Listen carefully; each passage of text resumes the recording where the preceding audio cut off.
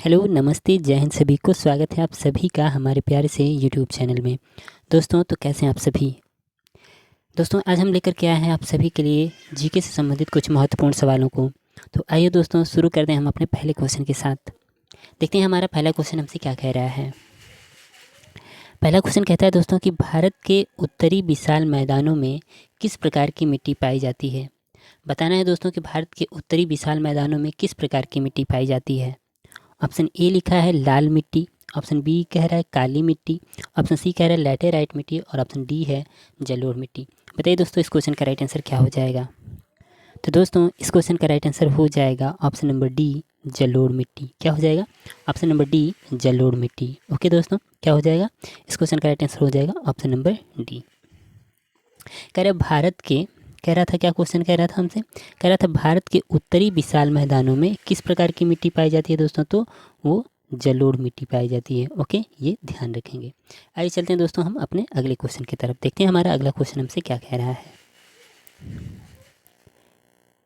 हमारा अगला क्वेश्चन हमसे कह रहा है दोस्तों, देखिए, कहता है कि कह रहे भाषा के आधार पर भारतीय राज्यों की पुनः संरचना किस वर्ष की गई थी। यानी भाषाई आधार पर राज्यों की जो फिर से संरचना किस वर्ष की गई थी। बताइए दोस्तों, इस क्वेश्चन का राइट आंसर क्या हो जाएगा। भाषा के आधार पर भारतीय राज्यों की पुनः संरचना यानी फिर से संरचना किस वर्ष की गई थी, ये हमें बताना है। हमारा ऑप्शन दिया है, ऑप्शन नंबर ए कह रहा है कि 1952 में, ऑप्शन बी कह रहा है 1953 में, ऑप्शन सी कह रहा है 1954 में और ऑप्शन डी कह रहा है 1956 में। बताइए दोस्तों, इस क्वेश्चन का राइट आंसर क्या हो जाएगा। तो दोस्तों, इस क्वेश्चन का राइट आंसर हो जाएगा ऑप्शन नंबर डी 1956। क्या हो जाएगा दोस्तों? Option number D 1956। क्या हो जाएगा दोस्तों? Option number D 1956। ओके, तो आइए चलते हैं दोस्तों हम अपने अगले क्वेश्चन की तरफ। उम्मीद करते हैं ये चीज़ें आप सबको समझ में आ गई होंगी। देखते हैं दोस्तों, हमारा अगला क्वेश्चन हमसे क्या कह रहा है। कह रहा है कि सामाजिक वानिकी का मुख्य प्रयोजन क्या होता है। मतलब सामाजिक वानिकी का मुख्य प्रयोजन क्या होता है, ये बताना है। सामाजिक वानिकी का मुख्य प्रयोजन क्या होता है, ये बताना है। ऑप्शन नंबर ए कह रहा है, ऑप्शन नंबर ए क्या कह रहा है दोस्तों, कह रहा है संतुलित पुनः वनीकरण के द्वारा, किसानों के लिए ईंधन एवं काष्ठ पौधारोपण होता है, बड़े पैमाने पर वन रोपण को हम कहते हैं सामाजिक वानिकी, या फिर औषधीय एवं अन्य फलों की बागवानी को हम सामाजिक वानिकी की संज्ञा देते हैं। बताना है दोस्तों, इस क्वेश्चन का राइट आंसर क्या हो जाएगा। हमसे क्वेश्चन पूछ रहा था कि सामाजिक वानिकी का मुख्य प्रयोजन क्या होता है, मतलब इसका मेन मतलब क्या होता है, मकसद क्या होता है, बताना है दोस्तों। ऑप्शन ए कह रहा था कि संतुलित पुनः वनीकरण इसका मकसद है, इसका प्रयोजन है। ऑप्शन बी कह रहा है कि किसानों के लिए ईंधन और काष्ठ पौधारोपण। ऑप्शन सी कह रहा है कि बड़े पैमाने पर वन रोपण और ऑप्शन डी कह रहा था कि औषधीय एवं अन्य फलों की बागवानी करना। बताइए दोस्तों, इस क्वेश्चन का राइट आंसर क्या हो जाएगा। तो दोस्तों, इस क्वेश्चन का राइट आंसर हो जाएगा ऑप्शन नंबर सी बड़े पैमाने पर वन रोपण। यानी बड़े पैमाने पर वन का रोपण करना क्या कहलाता है, सामाजिक वानिकी। वन की बात हो रही है तो बड़े पैमाने पर वन का रोपण करना ही क्या कहलाता है दोस्तों, सामाजिक वानिकी कहलाता है। ओके, इसका मेन मकसद है बड़े पैमाने पर क्या किया जाए, वन का रोपण किया जाए। इस क्वेश्चन का राइट आंसर हो गया था ऑप्शन नंबर सी। ओके दोस्तों, उम्मीद करते हैं ये चीज़ें आप सबको समझ में आ गई होंगी। तो आइए चलते हैं हम अपने अगले सवाल की तरफ। देखते हैं हमारा अगला क्वेश्चन हमसे क्या कह रहा है। अगला क्वेश्चन हमसे क्या कह रहा है, देखते हैं दोस्तों। क्वेश्चन नंबर 4 कह रहा है कि मृग तृष्णाएँ यानी इसको मृग मरीचिका भी कहते हैं दोस्तों, है ना, दिखाई देती है। यानी मृग तृष्णाएँ दिखाई देती है कहाँ। बताइए दोस्तों, कहाँ दिखाई देती है मृग तृष्णाएँ दिखाई देती हैं, यानी मृग मरीचिका कहाँ दिखाई देती है। बताइए दोस्तों, इस क्वेश्चन का राइट आंसर क्या हो जाएगा। ऑप्शन नंबर ए कह रहा है कि उष्ण कटिबंधीय रेगिस्तानों में, ऑप्शन बी कह रहा था कि महासागरों में, ऑप्शन सी कह रहा है कि वनों में और ऑप्शन डी कह रहा है कि समताप मंडल में। बताइए दोस्तों, इस क्वेश्चन का राइट आंसर क्या हो जाएगा। मृग तृष्णाएँ कहाँ दिखाई देती हैं, इसे मृग मरीचिका भी कह देगा कि मृग मरीचिका कहाँ दिखाई देती है। तो बताइए दोस्तों, इस क्वेश्चन का राइट आंसर क्या हो जाएगा। तो दोस्तों, इस क्वेश्चन का राइट आंसर क्या हो जाएगा, उष्ण कटिबंधीय रेगिस्तानों में। यानी मृग मरीचिका कहाँ बनती है दोस्तों, तो रेगिस्तानों में बनता है। ठीक है, कहाँ बनता है दोस्तों, रेगिस्तानों में। इस क्वेश्चन का राइट आंसर क्या हो जाएगा, ऑप्शन नंबर ए। ठीक है, इस क्वेश्चन का राइट आंसर क्या हो जाएगा दोस्तों, तो ऑप्शन नंबर ए, कहाँ, उष्ण कटिबंधीय रेगिस्तानों में। ओके दोस्तों, तो उम्मीद करते हैं आप इस सब चीज़ें समझ में आ गई होगी, ठीक है। मृग तृष्णा या मृग मरीचिका कभी भी पूछ दे कि कहाँ पे बनता है, तो रेगिस्तानी इलाकों में बनता है, ठीक ना। तो इस क्वेश्चन का राइट आंसर हो गया था दोस्तों ऑप्शन नंबर ए। ओके, तो आइए चलते हैं दोस्तों हम अपने अगले क्वेश्चन की तरफ, देखते हैं हमारा अगला क्वेश्चन हमसे क्या कह रहा है। अगला क्वेश्चन हमसे क्या कह रहा है दोस्तों, देखते हैं। क्या कह रहा है कि उत्तरी मैदानों में गंगा नदी निम्न में से होकर बहती है। यानी उत्तरी मैदान जो है, यानी उत्तर भारत का जो इलाका है, उसमें गंगा नदी कहाँ से होकर के बहती है, बताइए दोस्तों। बताइए दोस्तों, इस क्वेश्चन का राइट आंसर क्या हो जाएगा। उत्तरी मैदानों में गंगा नदी निम्न में से होकर बहती है, कहाँ से बहती है, बताइए दोस्तों, इस क्वेश्चन का राइट आंसर क्या हो जाएगा। ऑप्शन नंबर ए दिया है लखनऊ, ऑप्शन बी कह रहा है हरिद्वार, ऑप्शन सी कह रहा है इलाहाबाद और ऑप्शन डी है पटना। बताइए दोस्तों, इस क्वेश्चन का राइट आंसर क्या हो जाएगा।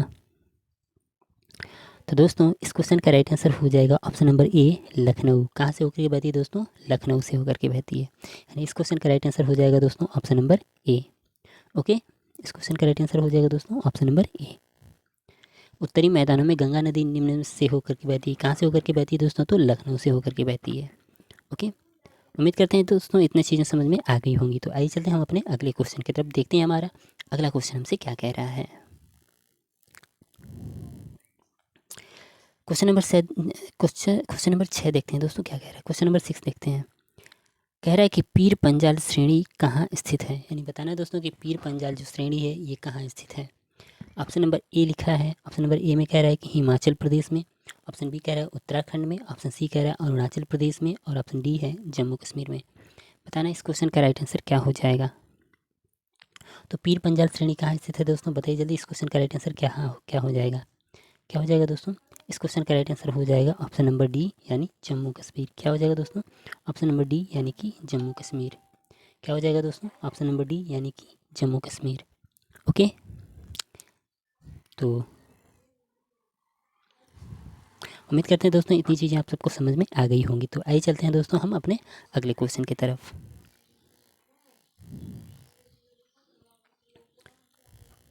क्वेश्चन नंबर 7 देखते हैं दोस्तों हमसे क्या कह रहा है। कहता है दोस्तों कि निम्नलिखित में, यानी निम्नलिखित देशों में से कौन भारत का पड़ोसी देश नहीं, इनमें से बताना है कि कौन ऐसा देश है जो भारत का पड़ोसी देश नहीं है। बताइए दोस्तों, इस क्वेश्चन का राइट आंसर क्या हो जाएगा। ऑप्शन नंबर ए दिया है म्यांमार, ऑप्शन बी कह रहा है भूटान, ऑप्शन सी लिखा है नेपाल और ऑप्शन डी दिया है जापान। बताइए दोस्तों, इस क्वेश्चन का राइट आंसर क्या हो जाएगा। जल्दी से आप सभी लोग इस क्वेश्चन का आंसर कमेंट करके बताइए फटाफट। तो दोस्तों, इस क्वेश्चन का राइट आंसर हो जाएगा क्या, जापान, है ना। क्या हो जाएगा, जापान। जापान हमारे पड़ोस में नहीं है, यानी इस क्वेश्चन का राइट आंसर हो जाएगा दोस्तों ऑप्शन नंबर डी यानी कि जापान। क्या हो जाएगा दोस्तों, ऑप्शन नंबर डी। ओके, इस क्वेश्चन का राइट आंसर हो जाएगा ऑप्शन नंबर डी। ओके दोस्तों, उम्मीद करते हैं दोस्तों इतनी चीज़ें समझ में आ गई होंगी। तो आइए चलते हैं हम अपने अगले क्वेश्चन की तरफ, देखते हैं हमारा अगला क्वेश्चन हमसे क्या कह रहा है।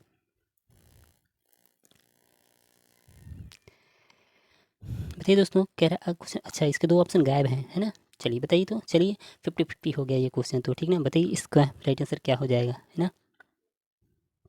कह रहा है कि स्लेम स्टील प्लांट कहाँ स्थित है।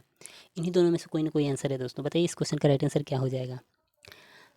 स्लेम स्टील प्लांट कहाँ स्थित है, बताइए दोस्तों, इस क्वेश्चन का राइट आंसर क्या हो जाएगा। ऑप्शन नंबर ए लिखा है आंध्र प्रदेश और ऑप्शन बी लिखा है तमिलनाडु। 50-50 हो गया। बताइए दोस्तों, इस क्वेश्चन का राइट आंसर क्या हो जाएगा।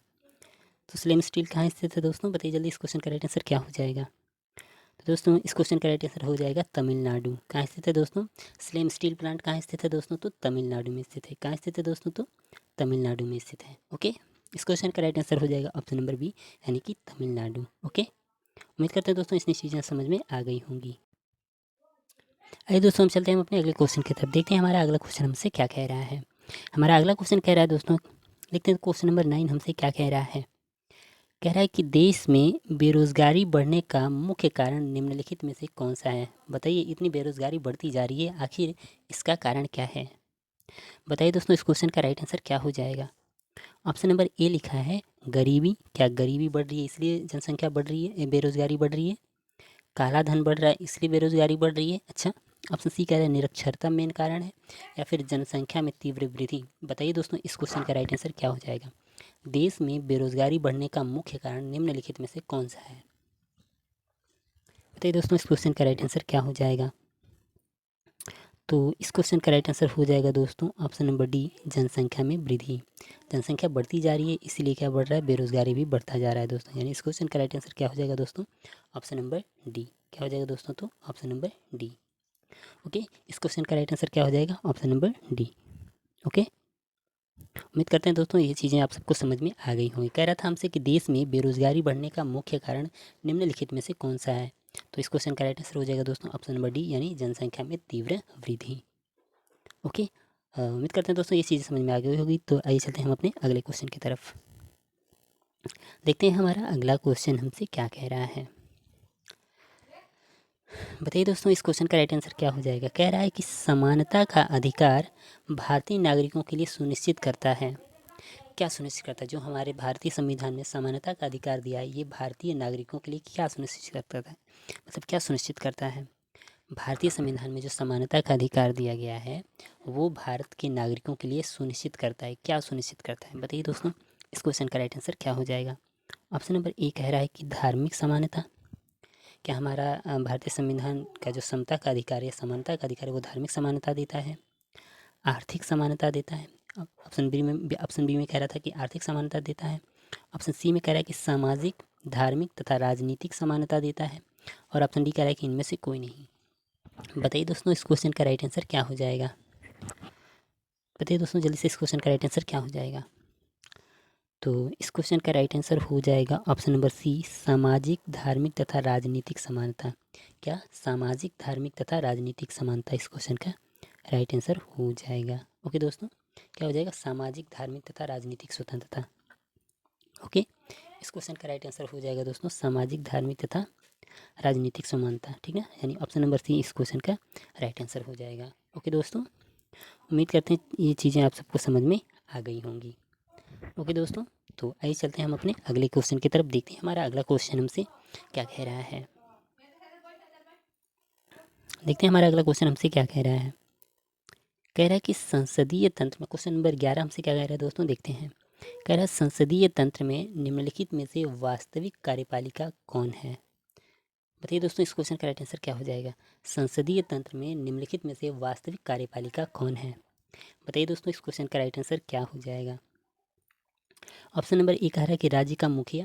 ऑप्शन बी कह रहा था मंत्री परिषद। ऑप्शन सी कह रहा है कि विधान परिषद। और ऑप्शन डी कह रहा है कि न्यायपालिका। बताइए दोस्तों इस क्वेश्चन का राइट आंसर क्या हो जाएगा। तो इस क्वेश्चन का राइट आंसर हो जाएगा दोस्तों ऑप्शन नंबर बी, मंत्री परिषद। क्या हो जाएगा दोस्तों, मंत्री परिषद। यानी इस क्वेश्चन का राइट आंसर क्या हो जाएगा दोस्तों, ऑप्शन नंबर बी। ओके, इस क्वेश्चन का राइट आंसर क्या हो जाएगा दोस्तों, ऑप्शन नंबर बी, यानी कि क्या हो जाएगा दोस्तों, मंत्री परिषद। ओके, क्या हो जाएगा दोस्तों, मंत्री परिषद। उम्मीद करते हैं दोस्तों ये चीज़ें आप सबको समझ में आ गई होंगी। तो आइए चलते हैं दोस्तों हम अपने अगले क्वेश्चन की तरफ। देखते हैं हमारा अगला क्वेश्चन हमसे क्या कह रहा है। अगला क्वेश्चन है दोस्तों, क्वेश्चन नंबर 12 हमसे क्या कह रहा है दोस्तों, देखते हैं। कह रहा है कि संसदीय तंत्र में वह व्यक्ति प्रधानमंत्री चुना जाता है, मतलब वह व्यक्ति प्रधानमंत्री चुना जाता है जो निम्न का नेता होता है। कहाँ का नेता होता है, बताइए दोस्तों। कह रहा है संसदीय तंत्र में वह व्यक्ति ही प्रधानमंत्री चुना जाता है जो निम्न का नेता होता है। किसका नेता होता है, बताइए दोस्तों। यानी प्रधानमंत्री किस सदन का नेता होता है।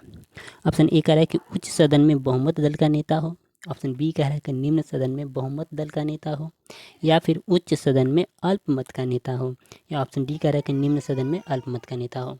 बताइए दोस्तों इस क्वेश्चन का राइट आंसर क्या हो जाएगा।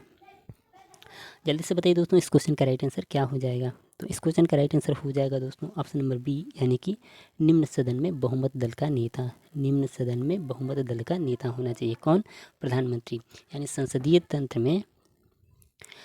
तंत्र में वह व्यक्ति प्रधानमंत्री चुना जाता है जो निम्न सदन का क्या होता है, निम्न सदन में बहुमत दल का नेता होता है। ठीक ना, क्या होता है, जो निम्न सदन में बहुमत दल का नेता होता है। ओके, यानी इस क्वेश्चन का राइट आंसर हो जाएगा ऑप्शन नंबर बी।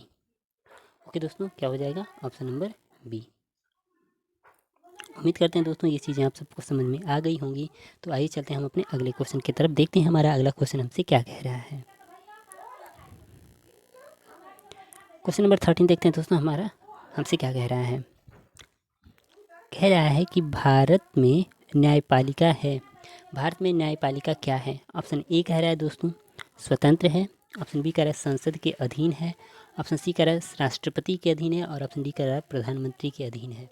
बताइए दोस्तों इस क्वेश्चन का राइट आंसर क्या हो जाएगा। भारत में जो न्यायपालिका है वो स्वतंत्र है, राष्ट्रपति के अधीन है, संसद के अधीन है या प्रधानमंत्री के अधीन है। बताइए दोस्तों इस क्वेश्चन का राइट आंसर क्या हो जाएगा। तो इस क्वेश्चन का राइट आंसर हो जाएगा दोस्तों ऑप्शन नंबर ए स्वतंत्र। न्यायपालिका जानते हैं दोस्तों कि क्या है, एक स्वतंत्र है, ठीक ना, ये किसी के अधीन नहीं है। न्यायपालिका क्या है दोस्तों, स्वतंत्र है। यानी इस क्वेश्चन का राइट आंसर क्या हो जाएगा दोस्तों, ऑप्शन नंबर ए यानी कि स्वतंत्र है। न्यायपालिका कैसी है दोस्तों, स्वतंत्र है, ठीक ना, यह किसी के अधीन नहीं है। ओके दोस्तों, यानी इस क्वेश्चन का राइट आंसर हो जाएगा ऑप्शन नंबर ए। उम्मीद करते हैं दोस्तों ये चीज़ें आप सबको समझ में आ गई होंगी। तो आइए चलते हैं हम अपने अगले क्वेश्चन की तरफ, देखते हैं हमारा अगला क्वेश्चन हमसे क्या कह रहा है। क्वेश्चन नंबर 14 क्या कह रहा है दोस्तों, देखते हैं हमसे। कह रहा है कि वातावरण में संघनन यानी कंडेंसेशन तब होता है जब कंडेंसेशन तब होता है जब वातावरण में संघनन कब हो जाता है या कब होने लगता है। बताइए दोस्तों इस क्वेश्चन का राइट आंसर क्या होता है, संघनन कब होता है, वातावरण में संघनन कब होता है। बताइए दोस्तों इस क्वेश्चन का राइट आंसर क्या हो जाएगा। ऑप्शन ए कह रहा है कि सापेक्षिक आर्द्रता 75% से अधिक बढ़ जाता है। कह रहा है कि जब वातावरण की सापेक्षिक जो आर्द्रता होती है वो 75% से अधिक बढ़ जाती है, यानी 75% से भी अधिक हो जाती है, तब वातावरण में संघनन होने लगता है। या फिर ऑप्शन बी कह रहा है कि तापमान उषांक तक पहुंच जाता है, तब वातावरण में संघनन होने लगता है। या फिर ऑप्शन सी कह रहा है कि तापमान हिमांक से नीचे गिर जाता है इसलिए संघनन होने लगता है। या फिर ऑप्शन डी कह रहा है कि निरपेक्ष आर्द्रता बढ़ जाती है इसलिए संघनन होने लगता है। बताइए दोस्तों इन चारों ऑप्शन में से राइट आंसर क्या हो जाएगा। बताइए दोस्तों इस क्वेश्चन का राइट आंसर क्या हो जाएगा। तो साथियों इस क्वेश्चन का राइट आंसर हो जाएगा ऑप्शन नंबर बी, यानी जब तापमान उषांक तक पहुंच जाता है ना तो क्या होता है, संघनन होने लगता है। यानी इस क्वेश्चन का राइट आंसर क्या हो जाएगा दोस्तों, ऑप्शन नंबर बी। ओके दोस्तों, तो उम्मीद करते हैं ये चीज़ें आप सबको समझ में आ गई होंगी। आइए दोस्तों हम देखते हैं आज का लास्ट सवाल। ये दोस्तों देखते हैं हमारा लास्ट सवाल क्या है। ओहो, ये लास्ट सवाल का ऑप्शन गायब है। ओके दोस्तों, तो बताइए, तो इसको छोड़ देते हैं दोस्तों। उम्मीद करते हैं आज का सेशन आप सबको पसंद आया होगा। तो यदि पसंद आया दोस्तों तो एक लाइक ज़रूर कर दें, यदि पसंद आता हो तो अपने दोस्तों को शेयर भी कर दें। ओके दोस्तों, तो थैंक यू।